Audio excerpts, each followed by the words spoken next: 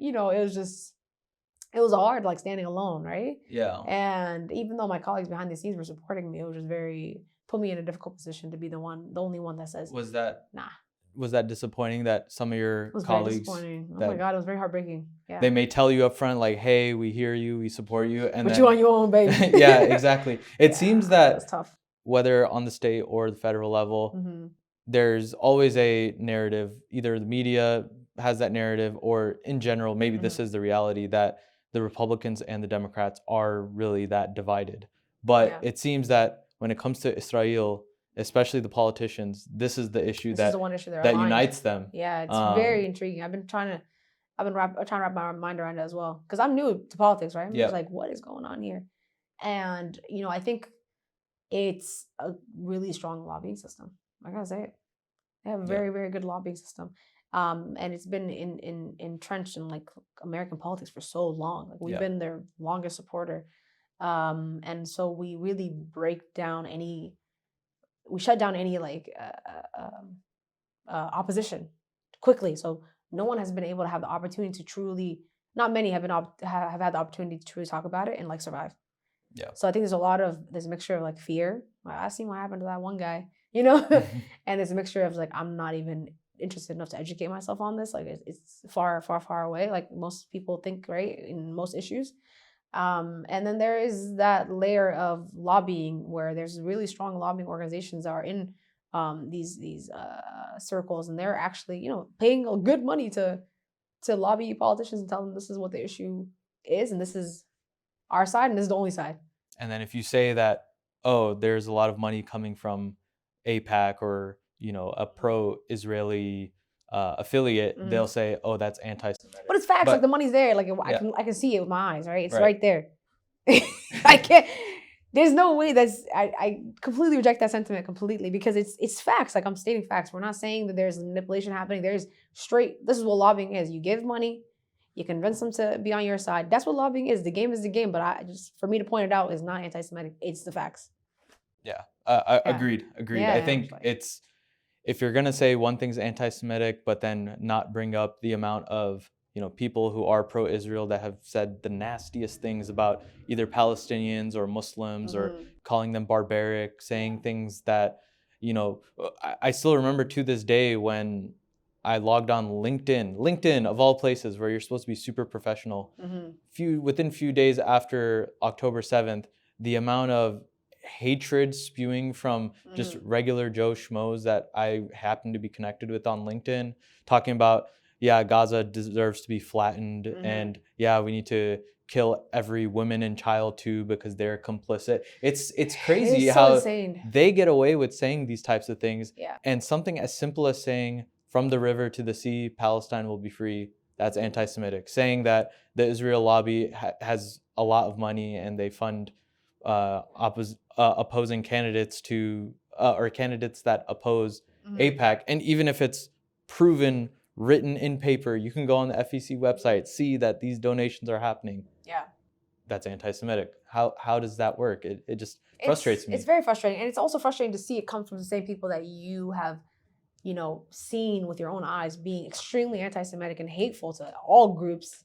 Suddenly switch over and decide to say, no, that's you, when I was telling you were doing this. You were saying horrible things, horrible anti-Semitic things just a few months ago, right? You stood, like I have colleagues who literally stood with neo-Nazis and today are posting, one of them sent a letter literally saying SJP is extremely violent, anti-Semitic, we should investigate them. Girl, I saw you standing with neo-Nazis a few months ago. And it's the hypocrisy is insane. And that's why I'm really grateful for organizations like JVP, right? Jewish Voices of Peace, and if not now, I think these organizations are really talking about, like, we're here, we're fighting for justice, and we're saying, never again for anyone, right? This is not a Muslims versus Jewish thing, right? You cannot be Islamophobic and use that as a cover to say I wasn't anti-Semitic before, right? I'm supporting Jewish people by being extremely Islamophobic when you weren't supporting them before, and you're using it as an excuse, as a cover to be Islamophobic. And it's just, that's why I'm really grateful for these coalitions that are coming together to talk about, we're saying no to hate across the board, and we're saying no to injustice across the board. We don't support any of it in any form, right? So I'm very hopeful that those coalitions are going to continue to grow. They're going to continue to do great work and break down those barriers and do education, like true education, because a lot of American people have been, the knowledge has been really suppressed, right? The media has been suppressing it like crazy, and they're only now starting to show, fragments of the truth because they've been pressured so much by everyone. So right. We're in the age now where people are getting informed, or it's cool to be informed on politics. Before it was the taboo that, oh, politics, I don't get involved, I don't think about it. But now, I kid you not, when I go on Twitter or when I go on Instagram, not even 9 out of 10, probably more than 9 out of 10, probably 95 out of 100 posts that I see all have to do with Palestine and Israel. And it's just, wow, this is what everybody's talking about. Because before it's like, okay, some world affair is going on. This doesn't really concern me. Problems here, etc. But all these things do concern you. This money that we're giving to Israel, even if you don't look at it from a perspective of human rights, right? Which is, you should. Right, but we should. If you're like, how does this affect me over here? If I'm a non-Muslim American living in Ohio in your district, well, on a federal level, you're paying these taxes that are being given directly to Israel to be used for weapons. Right. When we have people in our country who kept student loan debt, drowning in debt, drowning in medical debt, right? They have free healthcare over there on our tax dollars. Infrastructure, people are houseless. And it's just, I think when you put it in that context, like, it really hits home for people. Like, this is your tax money. It's so sad. To kill kids when it could be used to educate yours. It's so sad that that's the context we have to use. Not even that, hey, there's people dying. There's so many videos out there that it just, you watch them and you just feel something in your heart that this is wrong. This shouldn't be happening. But the fact that if all of that isn't going to convince you, hey, the taxes that you pay, this is funding all of this. And then maybe you'll listen. But even then, for some people, it's really crazy. Still, I don't know. Humanity is disappointing me these days. Because we weren't really built to, like, watch a genocide happening in real time, live TV. It's just so, it's very traumatizing. I think we're all experiencing collective trauma, and then we're shocked that everyone else is not feeling this way. You walk around and you feel like you're crazy. Yeah. I think the first couple of weeks, especially, I was walking around like, how are you guys living life? Yeah. Right? There's, like, kids being killed, like, at this moment. There's parents, there's mothers, there's fathers, there's human beings literally being blown to pieces. And how are you, like, laughing and having fun right now? It was very, I think it was a disorienting, dissociating feeling. And honestly, we're going in a bad route. It was definitely notable in my workplace, or even shopping, going to restaurants, because even if you pull out your phone even for a second, you're just going to see something immediately that you just immediately drift off into the worst thoughts possible. And then you look around and there's just people laughing, people having a good time, people telling jokes, and you want to participate in the laughter and the jokes, but then you're just in a different battle internally.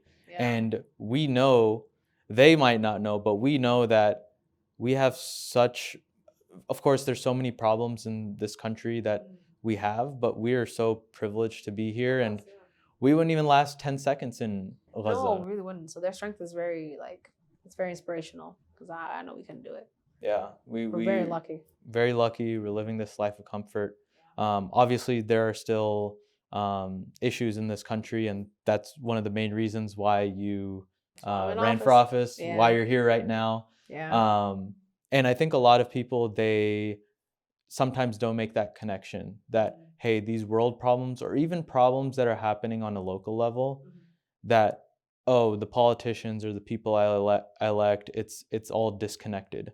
When in reality, I think over the past few years, maybe since the start of the pandemic, people started doing their research and realizing that, hey, these people that we're putting in office, they're the ones who are, when COVID started, who did they bail out first? These corporations, these billionaires. We saw the largest movement of wealth from the bottom 50% to the top 1%. It was just outrageous to see who our government really cares for. Yeah, and I think even the protests during 2020 was, like, very eye-opening. It was just, yo, do they actually care about us? Because they're just gassing us in the street, like, you know, just tear gassing us in the street and not caring about us, literally asking for basic human rights, and dignity, right? And it's just, I think people are in, there's a turning point that's happening. We're in a really important, I think, time in history, and young people are moving it forward.